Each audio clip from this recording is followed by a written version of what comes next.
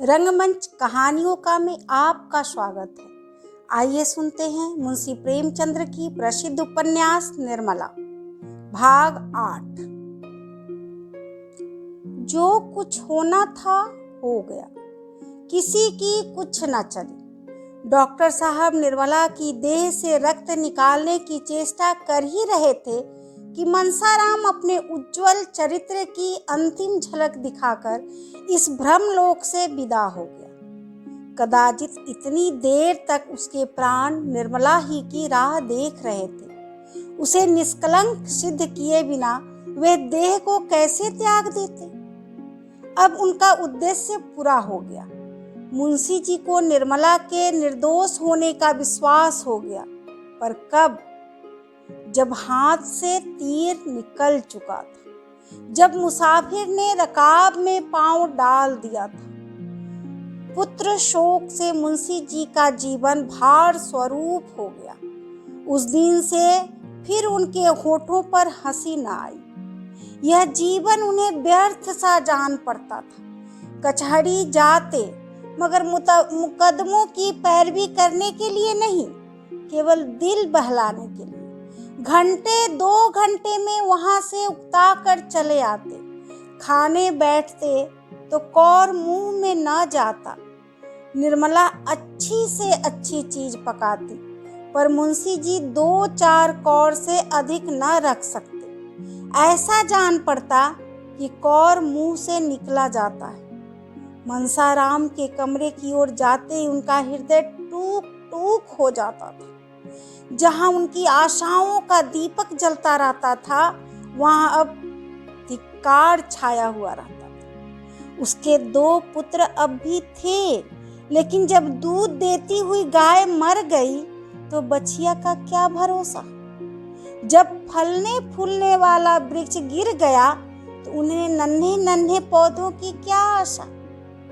यूं तो जवान बूढ़े सभी मरते हैं, लेकिन दुख इस बात का था कि उन्होंने स्वयं लड़के की जान ली। जिस दम यह बात याद आ जाती तो ऐसा मालूम होता था कि उनकी छाती फट जाएगी, मानो हृदय बाहर निकल पड़ेगा। निर्मला पति से सच्ची सहानुभूति थी। जहां तक हो सकता था वह उनको प्रसन्न रखने की फिक्र रखती थी और भूल कर भी पिछली बातें जबान पर न लाती थी। मुंशी जी उससे मनसाराम की कोई चर्चा करते शर्माते थे।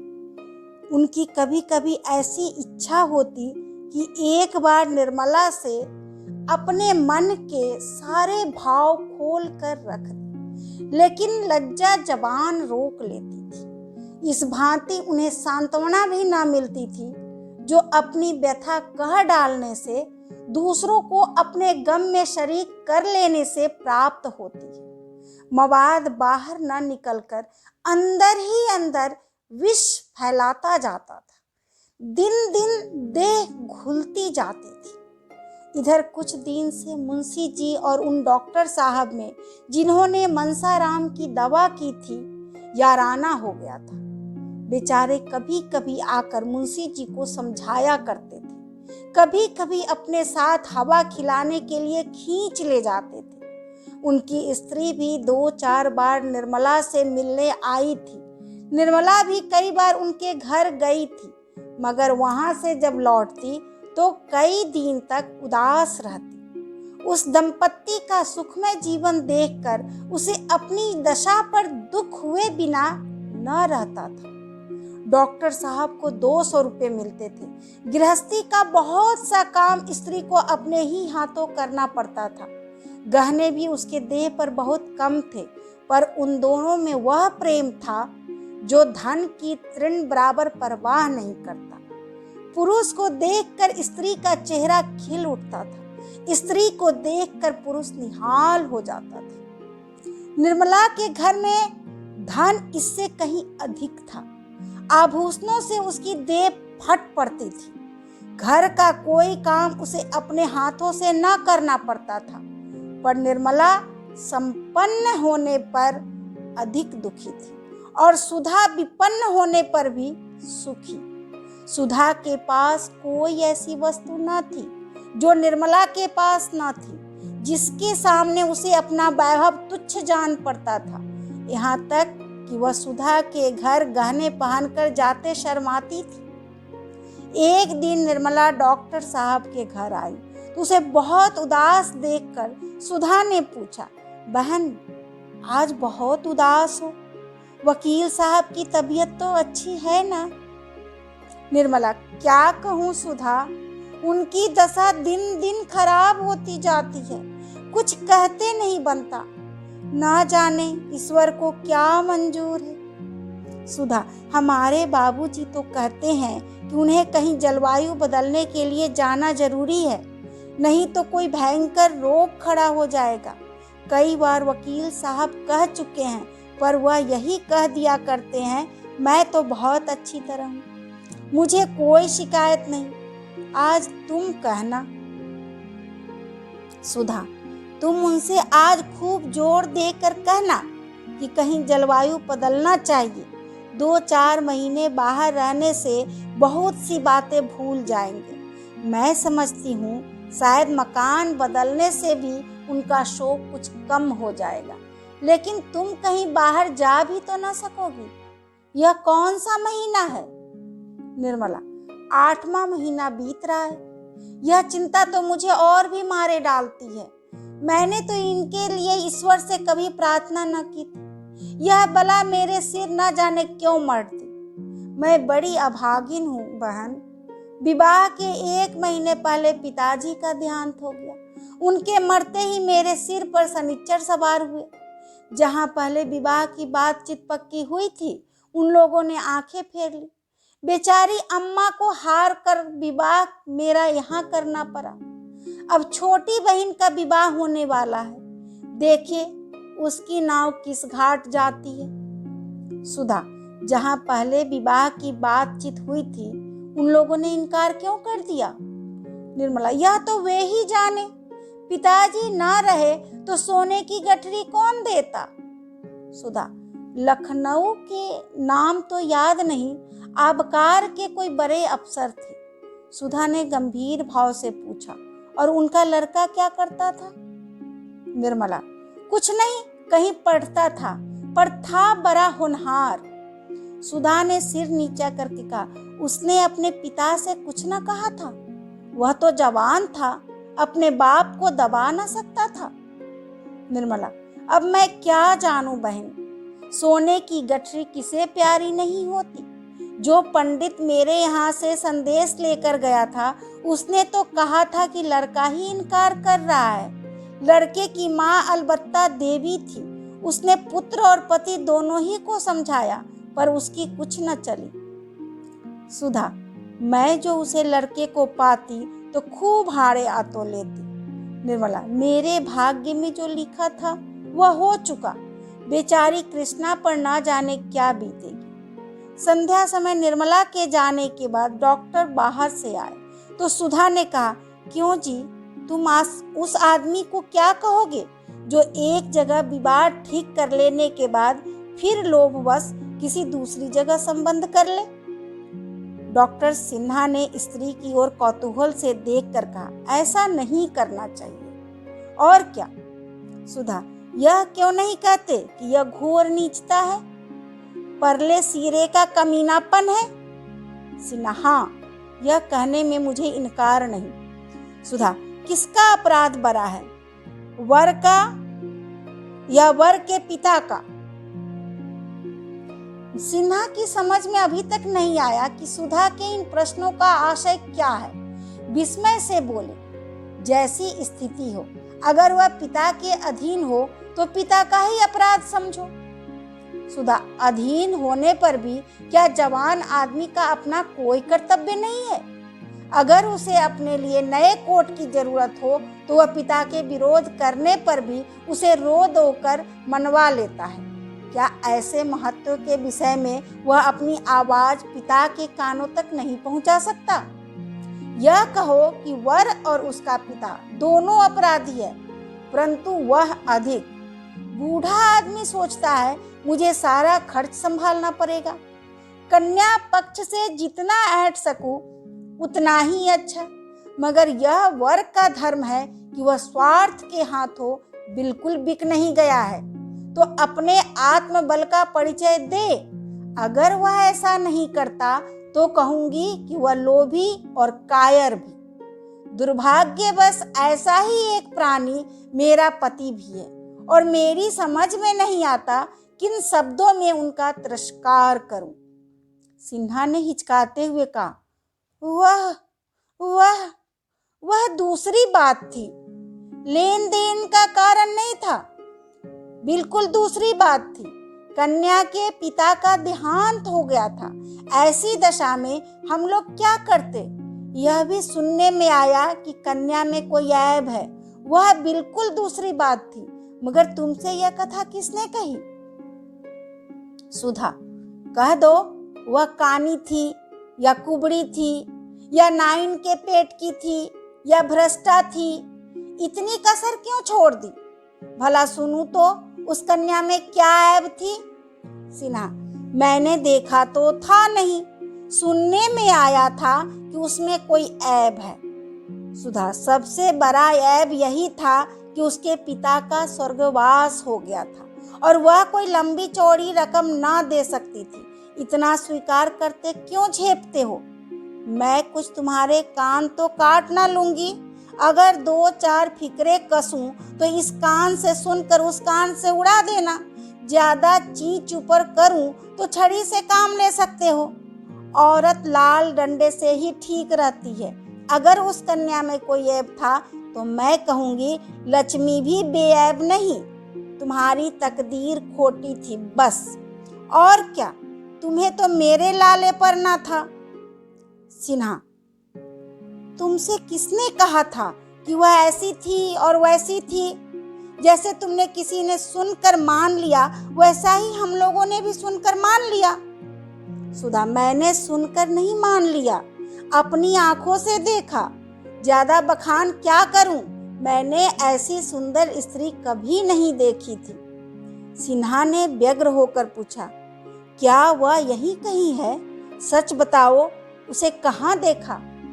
क्या तुम्हारे घर आई थी?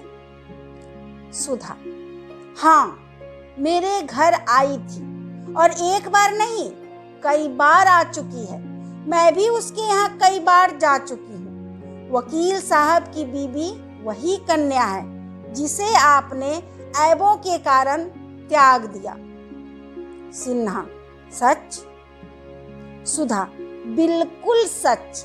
आज उसे अगर मालूम हो जाए कि आप वही महापुरुष हैं जो शायद फिर इस घर में कदम न रखें। ऐसी सुशीला, घर के कामों में निपुण और ऐसी परम सुंदरी स्त्री इस शहर में 2 ही 4 होंगी। तुम मेरा बखान करते हो, मैं उसकी लौंडी बनने के योग्य भी नहीं हूँ। घर में ईश्वर का दिया हुआ सब कुछ है, मगर जब प्राणी ही मेल का नहीं तो और सब रह कर क्या करेगा? धन्य है उसके धैर्य को कि उस बुढ़े खूसट वकील के साथ जीवन के दिन काट रही है। मैंने तो कब का जहर खा लिया होता। मगर मन की व्यथा कहने से ही थोड़े प्रकट होती है। हंसती है, बोलती है, गहने कपड़े पहनती है, पर रोआ रोआ रोया करता है। सिन्हा, वकील साहब की खूब शिकायत करती होगी। सुधा, शिकायत क्यों करेगी? क्या वह उसके पति नहीं है? संसार में अब उसके लिए जो कुछ है वकील साहब है। वह बूढ़े हो या रोगी हो, पर है तो उसके स्वामी ही। कुलवती स्त्रियां पति की निंदा नहीं करती, यह कुलटाओं का काम है। वह उनकी दशा देखकर कूटती है, पर मुंह से कुछ नहीं कहती। सिन्हा, इन वकील साहब को क्या सूझी थी जो इस उम्र में ब्याह करने चले? सुधा, ऐसे आदमी न हो तो गरीब कुंवारियों का नाव कौन पार लगाए? तुम और तुम्हारे साथी बिना भारी गठरी लिए बात नहीं करते, तो फिर ये बेचारी किसके घर जाए? तुमने बड़ा अन्याय किया है और तुम्हें इसका प्रायश्चित करना पड़ेगा। ईश्वर इसका सुहाग अमर करे। वकील साहब को कहीं कुछ हो गया तो बेचारी को जीवन नष्ट हो जाएगा। आज तो वह बहुत रोई थी। तुम लोग सचमुच बड़े निर्दयी हो। मैं तो अपने सोहन का विवाह किसी गरीब लड़की से करूंगी। डॉक्टर साहब ने पिछला वाक्य नहीं सुना। वह घोर चिंता में पड़ गए। उसके मन में प्रश्न उठ उठ कर उन्हें विकल करने लगा। कहीं वकील साहब को कुछ हो गया तो? आज अपने स्वार्थ का भयंकर स्वरूप दिखाई दिया। वास्तव में यह उन्हीं का अपराध था। अगर उन्होंने पिता से जोर देकर कहा होता कि और कहीं विवाह न करूंगा, तो क्या वह उनकी इच्छा के विरुद्ध उनका विवाह कर देते? सहसा सुधा ने कहा, कहो तो निर्मला से तुम्हारी मुलाकात करा दूं। वह भी जरा तुम्हारी सूरत देख ले। वह कुछ बोलेगी तो नहीं, पर कदाचित एक दृष्टि में वह तुम्हारा उतना तिरस्कार कर देगी जिसे कभी न भूल सकोगे। बोलो, कल मिला दूं? तुम्हारा बहुत संक्षिप्त परिचय भी दे दूंगी। सिन्हा ने कहा, नहीं सुधा, तुम्हारे हाथ जोड़ता हूं, कहीं ऐसा गजब न करना, नहीं तो सच कहता हूं घर छोड़कर भाग जाऊंगा। सुधा, जो कांटा बोया है उसका फल काटते क्यों इतना डरते हो? जिसकी गर्दन पर कटार चलाई है जरा उसे तरपते भी तो देखो। मेरे दादाजी ने 5,000 दिए ना, अभी छोटे भाई के विवाह में 5-6 हजार और मिल जाएंगे। फिर तो तुम्हारे बराबर धनी संसार में कोई दूसरा ना होगा। 11,000 बहुत होते हैं। बाप रे बाप, 11,000 उठा उठा कर रखने लगे तो महीनों लग जाए। अगर लड़के उड़ाने भी लगे तो 3 पीढ़ियों तक चले। कहीं तो बात हो रही है या नहीं? इस परिहास से डॉक्टर साहब इतना झेपे कि सिर तक न उठा सके। उनका सारा वाक चातुर्य गायब हो गया। नन्हा सा मुंह निकल आया, मानो मार पड़ गई हो। इसी वक्त किसी ने डॉक्टर साहब को बाहर से पुकारा। बेचारे जान लेकर भागे। स्त्री कितनी परिहास कुशल होती है, इसका आज परिचय मिल गया। रात को डॉक्टर साहब शयन करते हुए सुधा से बोले, निर्मला की तो कोई बहन है ना? सुधा, हाँ, आज उसी की तो चर्चा करती थी। उसी के चिंता अभी से सवार हो रही है। अपने ऊपर तो जो कुछ बीतना था बीत चुका। बहन ही फिक्र में पड़ी हुई थी। माँ के पास तो और अब कुछ रहा नहीं। मजबूरन किसी ऐसे ही बूढ़े बाबा के गले वह भी मर दी जाएगी। सिन्हा, निर्मला अब तो अपनी माँ की मदद कर सकती है। सुधा ने तीक्ष्ण स्वर में कहा, तुम भी कभी कभी बिल्कुल बेसिर पैर की बातें करने लगते हो। निर्मला बहुत करेगी तो 200-400 रुपए दे देगी, और क्या कर सकती है? वकील साहब का यह हाल हो रहा है, उसे अभी पहाड़ सी उम्र काटनी है। फिर कौन जाने उनके घर का क्या हाल है। इधर 6 महीने से बेचारे घर बैठे हैं। रुपए आकाश से थोड़े ही बरसाते हैं। 10-20 हजार होंगे भी तो बैंक में होंगे। कुछ निर्मला के पास तो रखे ना होंगे। हमारा 200 रुपये महीने का खर्च है, तो क्या उनका 400 रुपये महीने का भी ना होगा? सुधा को तो नींद आ गई। डॉक्टर साहब बहुत देर तक करवट बदलते रहे, फिर कुछ सोच कर उठे और मेज पर बैठकर एक पत्र लिखने लगे। तीनों बातें एक साथ हुई। निर्मला की कन्या ने जन्म लिया, कृष्णा का विवाह निश्चित हुआ और मुंशी तोताराम का मकान नीलाम हो गया। कन्या का जन्म तो साधारण बात थी, जबकि निर्मला की दृष्टि में यह उसके जीवन की सबसे महान घटना थी। लेकिन शेष घटनाएं असाधारण थी। कृष्णा का विवाह ऐसे संपन्न घराने में क्यों कर ठीक हुआ? उसकी माता के पास तो दहेज के नाम की कौड़ी भी न थी, और इधर बूढ़े सिन्हा साहब जो पेंशन लेकर घर आ गए थे, बिरादरी में लोभी मशहूर थे। वह अपने पुत्र का विवाह ऐसे दरिद्र घराने में करने पर कैसे राजी हुए? किसी को सहसा विश्वास न आता था। इससे भी बड़े आश्चर्य की बात मुंशी जी के मकान का नीलाम होना था। लोग मुंशी जी को लखपति नहीं तो बड़े आदमी अवश्य समझते थे। उनका मकान कैसे नीलाम हुआ? बात यह थी कि मुंशी जी ने एक महाजन से कुछ रुपए कर्ज लेकर एक गांव रेहन रखा था। उन्हें आशा थी कि आधा साल में यह रुपये पटा देंगे, फिर 10-5 साल में असमर्थ हो जाएगा। इसी भरोसे पर मुंशी जी ने यह मामला किया था। गांव बहुत बड़ा था, 400-500 रुपये नफा होता था, लेकिन मन की सोची मन ही में रह गई। मुंशी जी दिल को बहुत समझाने पर भी कचहरी न जा सके। पुत्र शोक ने कोई काम करने की शक्ति ही न छोड़ी। कौन ऐसा हृदय शून्य पिता है जो पुत्र की गर्दन पर तलवार चलाकर चित्त को शांत कर ले? महाजन के पास जब साल भर तक सूद न पहुंचा और न उसके बार बार बुलाने पर मुंशी जी उसके पास गए, यहाँ तक कि पिछली बार उन्होंने साफ साफ कह दिया कि हम किसी के गुलाम नहीं हैं, साहू जी जो चाहे करे, तब साहू जी को गुस्सा आ गया। उसने नालिश कर दी। मुंशी जी ने पैरवी करने भी ना गए। एकाएक डिगड़ी हो गई। यहाँ घर में रुपए कहाँ रखे थे? इतने ही दिनों में मुंशी जी की साख भी उठ गई थी।